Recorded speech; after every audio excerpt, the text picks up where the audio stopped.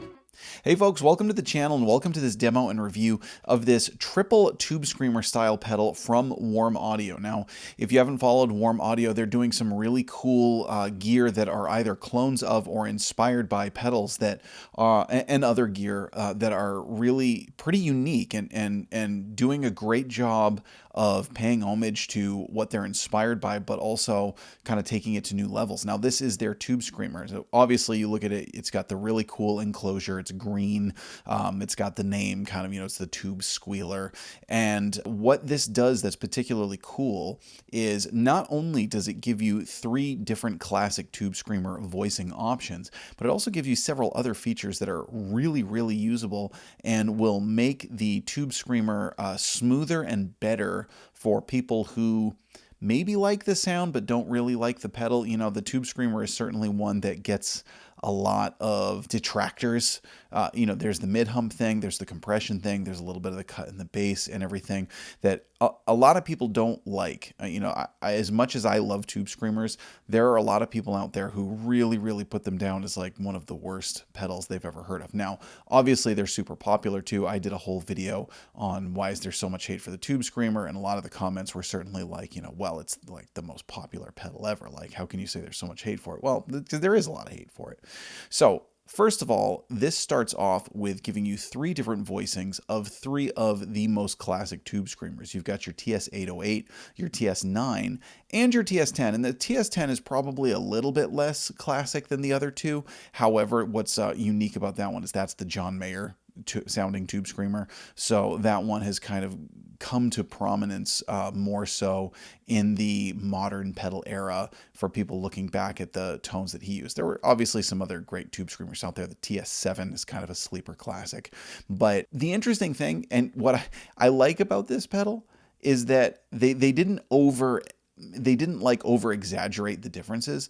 The TS-9 and the TS-808 in particular, they're really pretty close together. And if you'll hear on the differences in this pedal, on the voice setting, they're pretty subtle. But again, that's true to form. That's actually what the difference between like an 808 and a TS9 is. It's very, very subtle. The TS10, I think, is the most different sounding one. It has a little bit less of that mid-hump and a little bit less compression. And you'll hear that hopefully when you listen to the video. There are several other features, though, that this one has that's really cool. First of all, it has a wet-dry knob. It's a mix knob. Now, it's important to note that actually works the opposite of the way you might expect.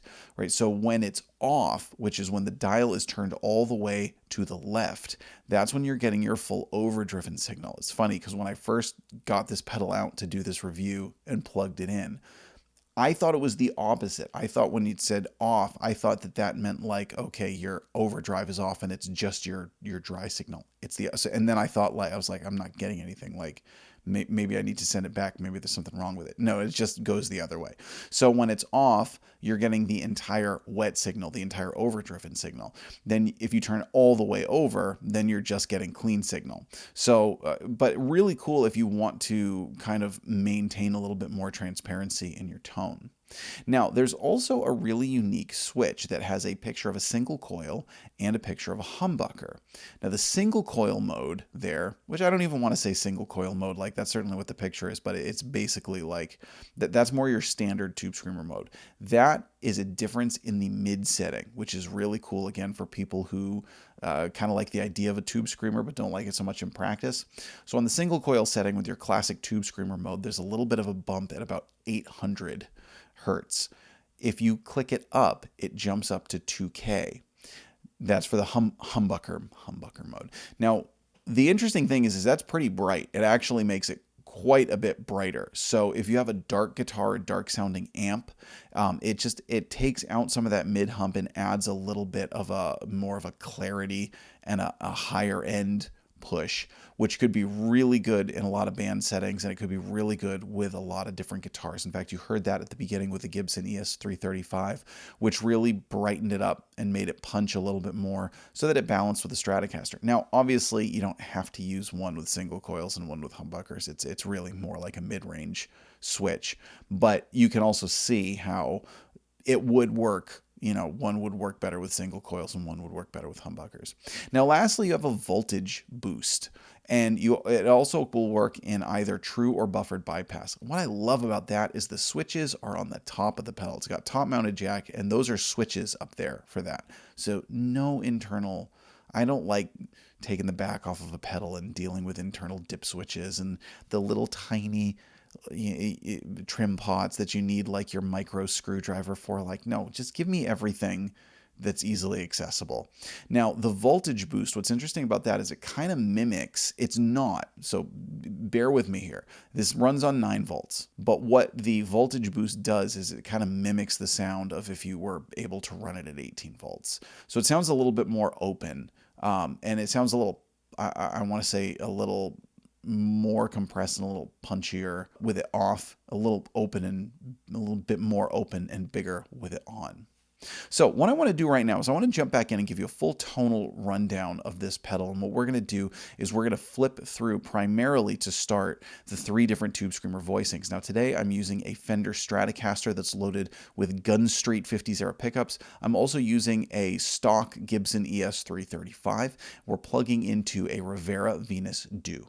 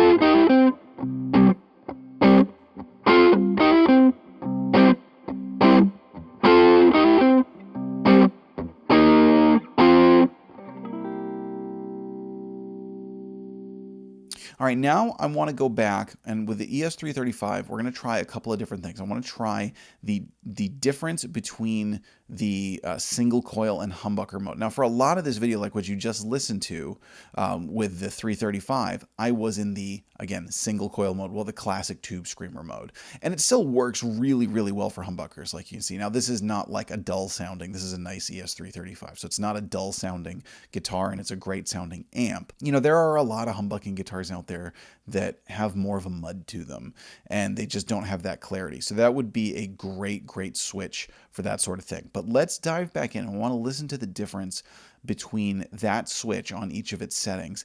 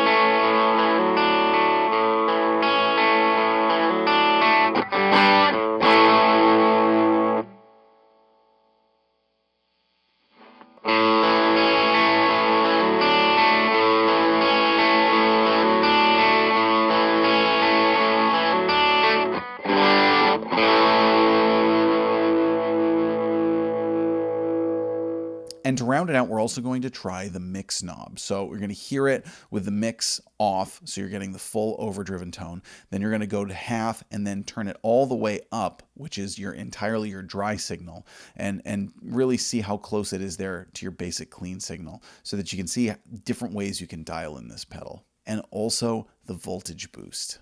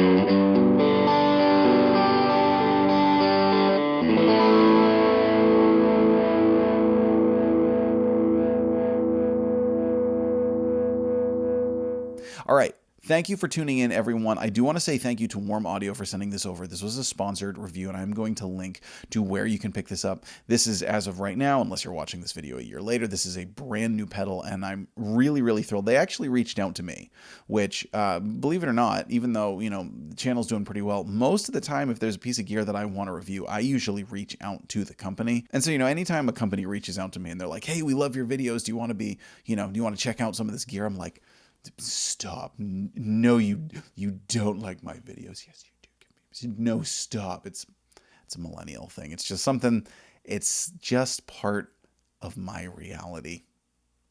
Anyway, thank you again to Warm Audio for sending this over. This is a really cool pedal. If you watch my channel, you know I love tube screamers, and I think they really nailed this one. I think, you know, if you wanted to, it just sounds like a great tube screamer. It just sounds like, you know, you can make it sound just like a TS9 or a TS808 or a TS10 if you want.